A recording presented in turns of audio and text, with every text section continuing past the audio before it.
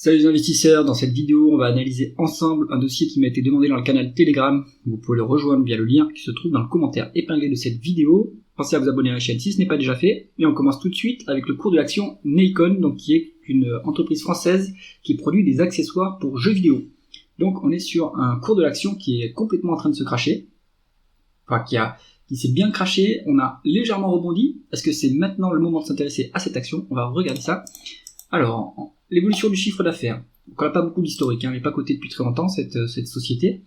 On voit qu'on est sur une croissance médiane du chiffre d'affaires de 7,5% et c'est aussi la valeur de la croissance en 2024. Donc la boîte est en exercice décalé. On aura les résultats en avril ou peut-être à l'été, en tout cas à suivre. On est sur aussi des petites acquisitions. Alors il y a quand même quelque chose d'intéressant. Hein. On a fait 85 millions d'acquisitions sur la période et la market cap est à 60 millions. Donc on a détruit de la valeur. Donc, premier red flag, la société fait des acquisitions, mais n'a pas l'air de savoir les intégrer correctement. Donc, on a un peu de croissance, il faut voir la part de croissance organique vs externe sur cette boîte. Et j'ai l'impression que l'exécution de la croissance externe n'est pas terrible. Alors, on continue avec les taux de marge. On a des taux de marge brut en augmentation, donc c'est-à-dire que en plus, on a un niveau un peu d'avantage concurrentiel, hein, c'est-à-dire au-dessus de 60%. Donc ça, c'est pas mal. Ça a quand même fluctué. Donc, ce qu'on aimerait, c'est que le taux de marge brut suive l'évolution de la croissance. C'est-à-dire que plus on a de croissance, plus le taux de marge doit augmenter grâce à l'effet ciseau positif. Si c'est pas le cas, ça veut dire que en fait, le management n'est pas si bon que ça. Ce qu'on voit, c'est que le taux de marge brut est en augmentation, mais les taux de marge d'EBITDA et le taux de marge net ne le sont pas.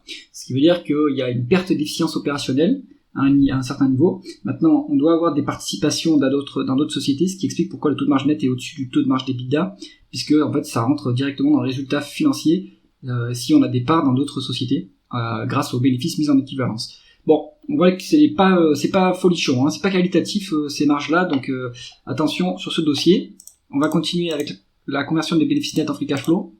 Free cash flow plus élevé que les bénéfices nets, donc ça c'est bien, ça dépend comment c'est obtenu.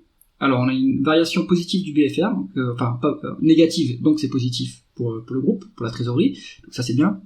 Ensuite, on regarde les dépenses en capital par rapport aux dépréciations amortissements, et en fait, on est en train d'arrêter d'investir dans la boîte. C'est une petite boîte, mais on fait plus de dépenses on fait plus de capex, on passe beaucoup de dépréciations amortissements.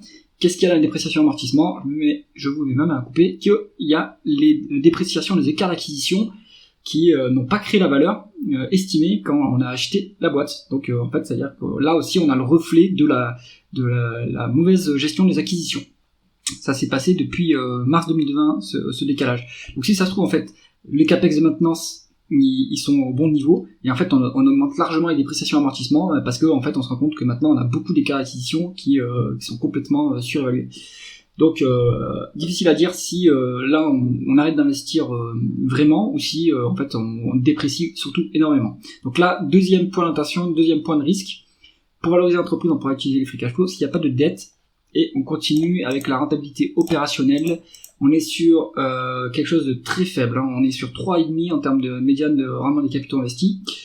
La dernière publication nous a montré une rentabilité à 2,5.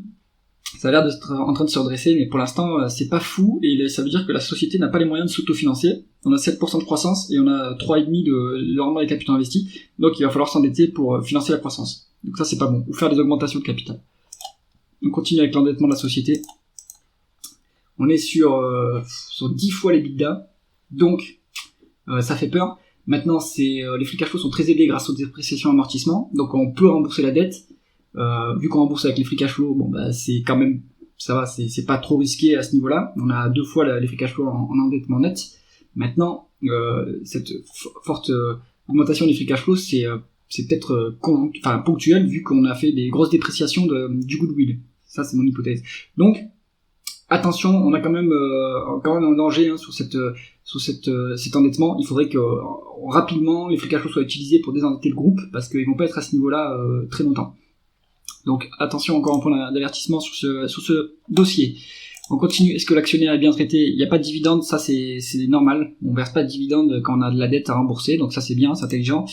Et voilà, on a une dilution pour valoriser pour financer la croissance. Eh bien, on fait appel aux actionnaires. On a tiré un peu trop sur la dette. Si on n'arrive plus à s'endetter, il ne reste quelle option? Il reste diluer les actionnaires. Donc ça, c'est encore un red flag. Donc c'est pas bon. Et le rendement d'actionnaire calculé par Coifin, il est à moins 14,5%, normal. Il y a une grosse augmentation de capital. Donc ça, c'est pas bon. Dernier élément sur ce dossier, on va regarder la valorisation en valeur entreprise sur EBITDA, et en absolu, c'est quand même cher payé. On a 12,6 fois. En relatif par rapport à l'historique, c'est pas cher payé, on est la médiane est à 18, mais en absolu c'est trop élevé comme valorisation pour un dossier d'une aussi maigre qualité.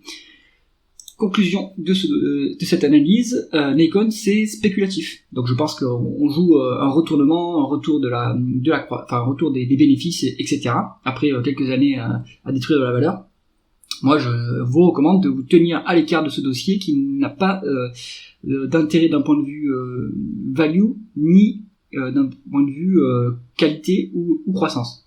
Donc c'est la croissance de mauvaise qualité. Donc je pense qu'il vaut mieux se tenir à l'écart de ce dossier. J'espère que cette analyse vous aura intéressé. Si c'est le cas, mettez un pouce vers le haut et pensez à vous abonner à la chaîne. À bientôt.